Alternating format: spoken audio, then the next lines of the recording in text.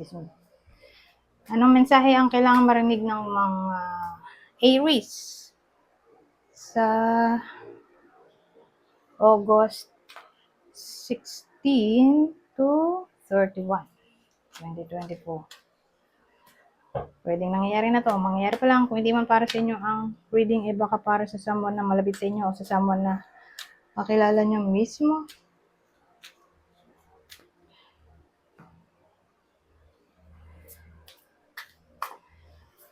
Baka may lumabas na gender mamaya. Gawin nyo na lang energy. Masculine at feminine energy. Pwede rin naman na huwag nyo nang pansinin yung gender. As long as tama naman yung sitwasyon nyo sa reading, di huwag nyo nang pansinin yung gender.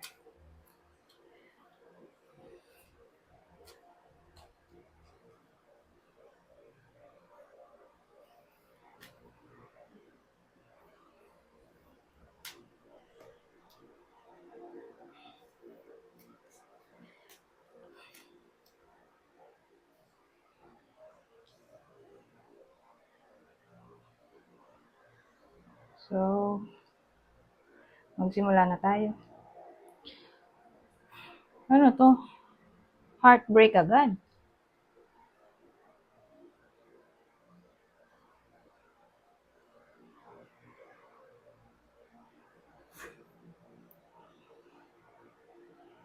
Kasi ito decision.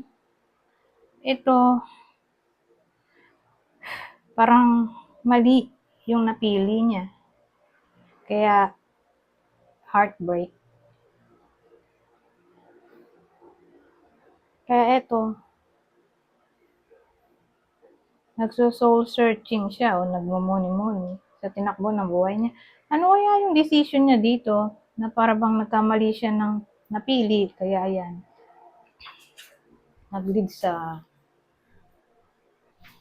heartbreak o sadness. Ay, kasal eh.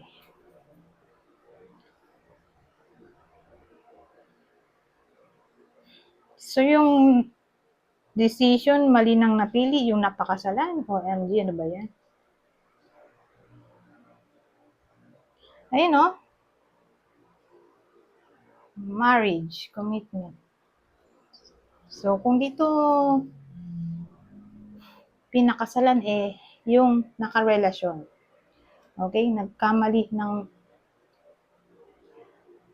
sinagot o naging jowa para bang may halong pagsisisi. Na sana hindi na lang niya ginowa tong gantong tao.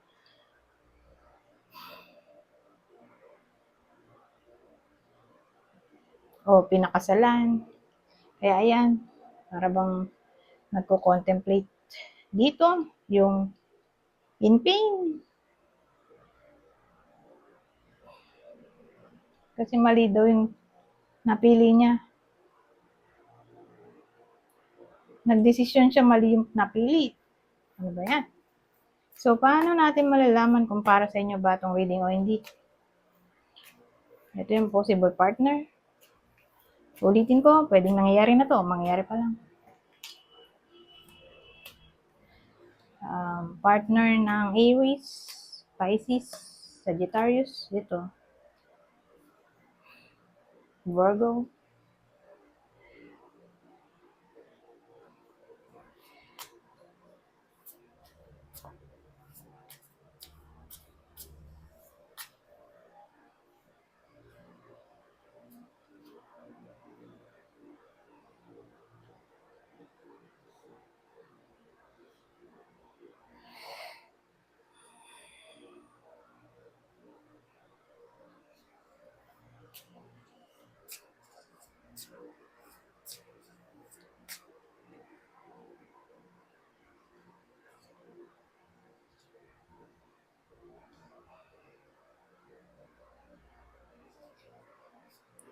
Oh. So, kung ididikit natin to dito, kung idudugtong natin, para bang huwag kang makipaghiwalay. Kung ito man ang sitwasyon nyo o magiging sitwasyon na para bang nagsisi na yun nga, ginawa niya yung jowa niya ngayon, o pinakasalan. Parang ayaw na niya doon sa taong yon. Kung gano'n ang case, wag. Itong dalawa, wag makipaghiwalay.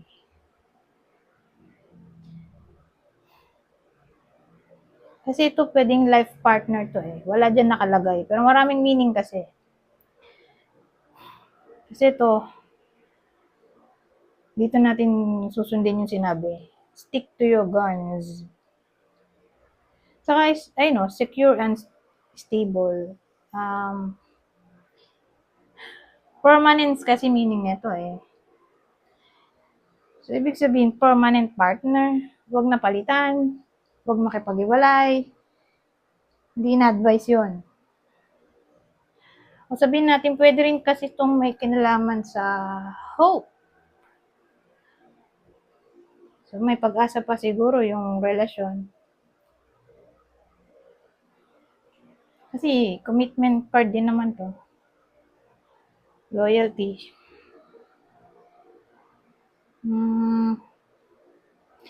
So, sabihin naman natin hindi sila magkadikit. Hindi magkadikit to dito. As in, ito lang yung babasahin natin.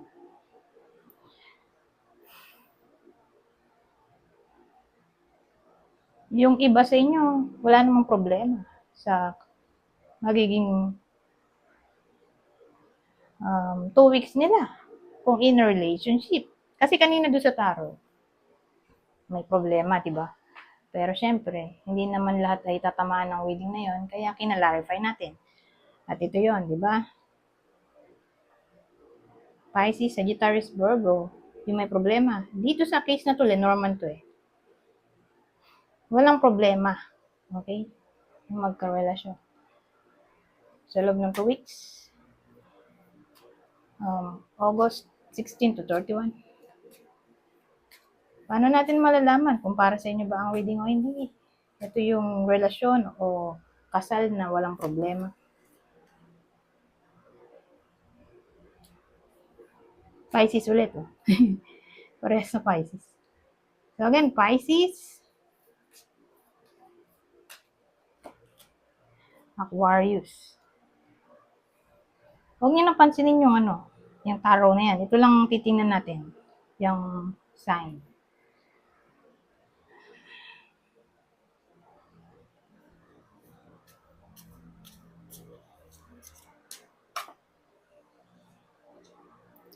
So, dito naman, the woman, babae.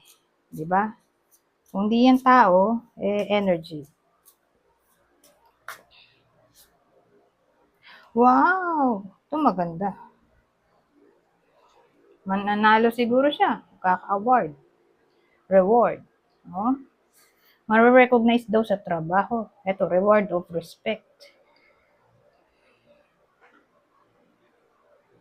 Magbe-bring siya ng honor sa pamilya niya o sa bansa natin. So again, babae lang o mas babae lang o feminine energy yung sinasabi ko dito. The woman to.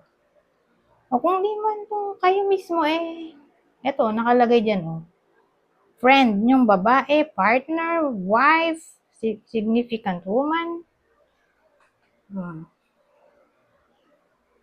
Parang mananalo siya sa anything na parang competition o again, ma-recognize siya sa galing niya, pwedeng sa trabaho o sa lugar nila.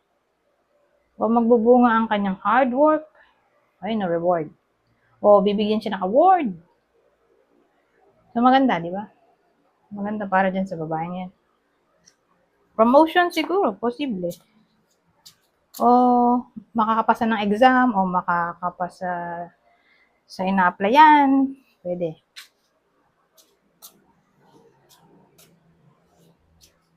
Ang haba pa ng oras. Sige na nga, dito na tayo. Virgo, ano meron dito? Virgo. Aries tayo. Scorpio. paano yun? So, maraming pwedeng possibility dito.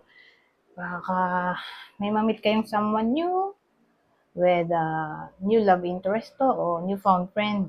Pero yung mga taong yun ay possible Virgo o Scorpio.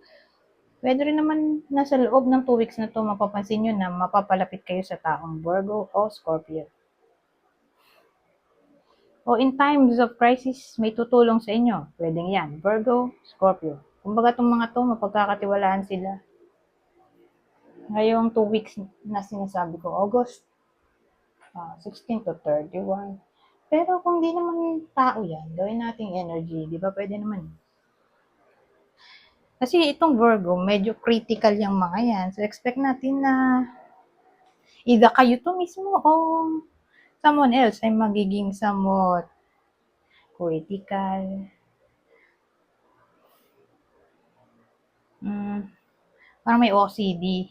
Gusto niya, perfect. Almost perfect. Meticuloso.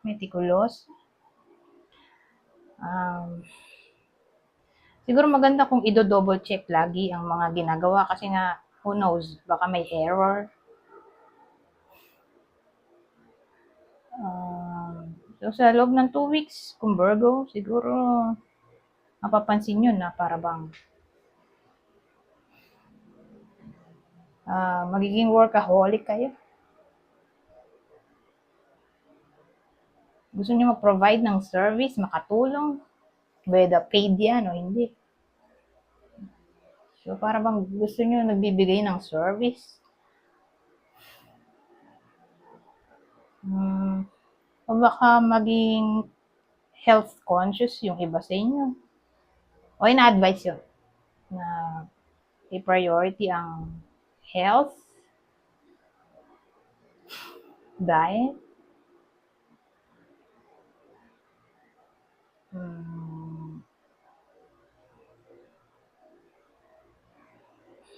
ano pa ba kung Virgo, wala na akong maisip. Analytical, methodical to na tao. So, whether kayo to, magiging ganon, o may someone na magiging ganon, mapapansin mo.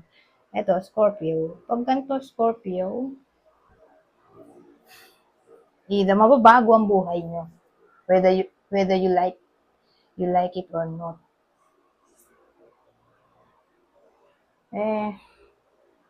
May darating na change. So, expect na natin na sa loob ng 2 weeks, mababago ang buhay ng iba sa inyo. Matatransform. May death and rebirth na pwedeng mangyari sa iba sa inyo o sa mahal nyo sa buhay o sa makilala nyo mismo. Ganyan. May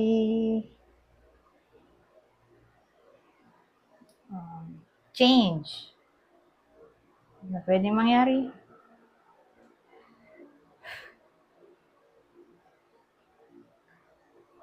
Scorpio. Ano pa bang energy pag Scorpio? Baka maging mysterious kayo, alluring sa ibang tao.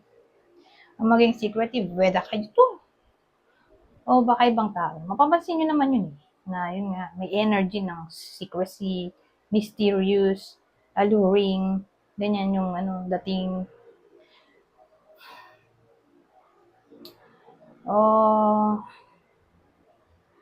Para bang intense yung emotion.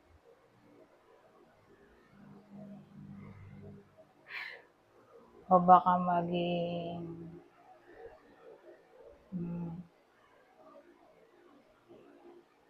spiritual na tao, makahiligan ng ganito, divination o occult topics, knowledge, tabu. Ano pa ba?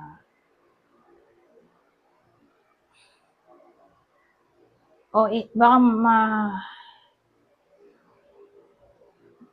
topic ang intimacy.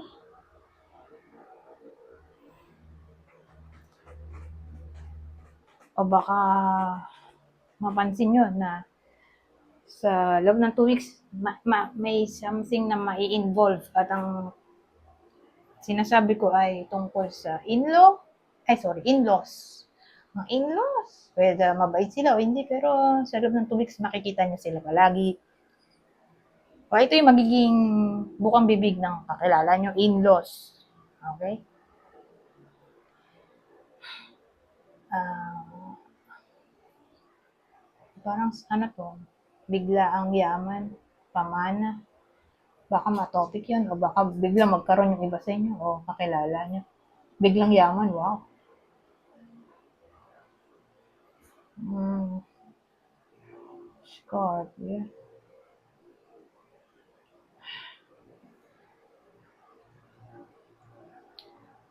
Ah,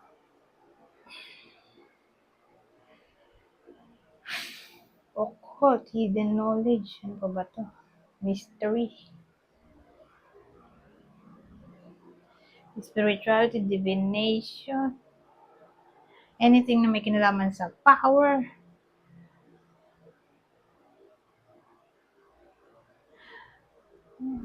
Wala nang maisip. Anyways, hanggang dito na lang. Goodbye. For now.